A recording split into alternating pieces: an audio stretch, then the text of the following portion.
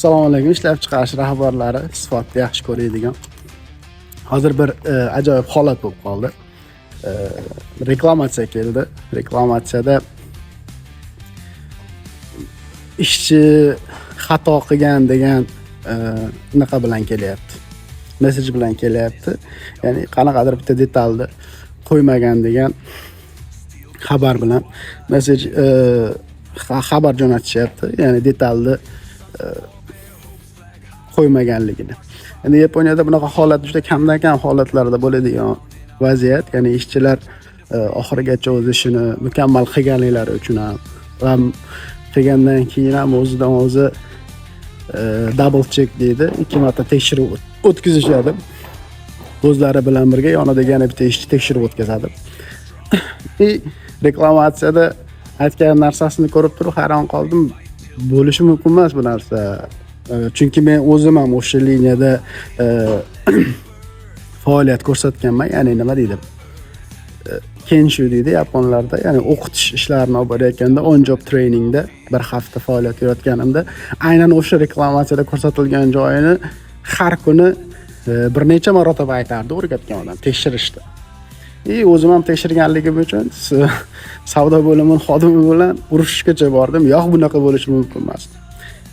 Kompaniyadagi sifat xodimlarining rolini ham shu bilan ko'rsatmoqchi bo'lyapman. Ya'ni kompaniyadagi sifat xodimlari kompaniyaning mahsulotlarini sifatini ta'minlashdan tashqari ishchilarning himoyasiga ham turish kerak-da ba'zi holatlarda. Ya'ni ishchilar xato qilmaganligini tushuntirib bera olish kerak. Ishchilar xato qilmaganligini tushuntirib bera olgandagina bu yaxshi xodim bo'ladi deb o'ylayman. Bu shaxsiy fikrim. Ishchi o'z ishini mukammal qilgandan keyin o'shunga yarasha rahmat yoki rag'bat olish kerak deb o'ylayman. Savdo xodimlari xohlaymiz yo'qmi baribir klient haq degan unaqa bilan shior bilan ishlashadi. Klient doim haq, to'g'ri, buni tan olaman. Lekin klient doim haq deb turib ishchilaringizni ham yomon ahvolga tushirib qo'ymasligingiz kerak. Muammoni tahlil qilish kerak.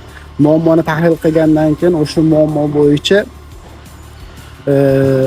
agar aybdor bo'ladigan bo'lsa kompaniya yoki bo'lmasam ishchi o'sha muammoni bartaraf etish yo'llari, ya'ni problem solving, orqaga qarab turib sekin tekshirish ildizigacha topish kerak.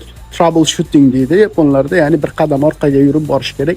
O'sha muammoga yetib borguncha Kaizen'da 5 ta nima degan savol berib turib 5 ta nima uchun degan savol bersa to'g'ri bo'ladi. Bu holatda nima uchun bunaqa bo'ldi, nima uchun bunaqa bo'ldi deb turib har bitta savoldan keyin javob olsangiz bo'ladi. Muammoni ildizini topishga yordam beradi bu narsa. Aytmoqchi bo'lganim, xaridor haq bo'lgani bilan ham sizning ishingiz yomon bo'lib qolmaydi hech qachon. Siz ishchingizni himoya qila olishingiz kerak. Ishchingizni himoya qila olishingiz uchun esa albatta sifat jarayonida bo'lish kerak. Sifatni jarayonda ta'minlab qo'yish kerak. Ishchi o'zini ishiga 100% ishonsa va 100% qilganligiga isbotlab bera olsa, 100% qilganligini, o'zini ishini 100% qilganligini isbotlab bera olsa, bunda albatta siz yutuqda bo'lasiz va sizni o'tgan safargi videolarda aytganimdek standartlar nafaqat xaridorlarni ehtiyojini qondirish uchun bir vosita, ya'ni ishlab chiqarishdagi sizni himoya qiluvchi vosita sifatida ham ko'rilsa bo'ladi.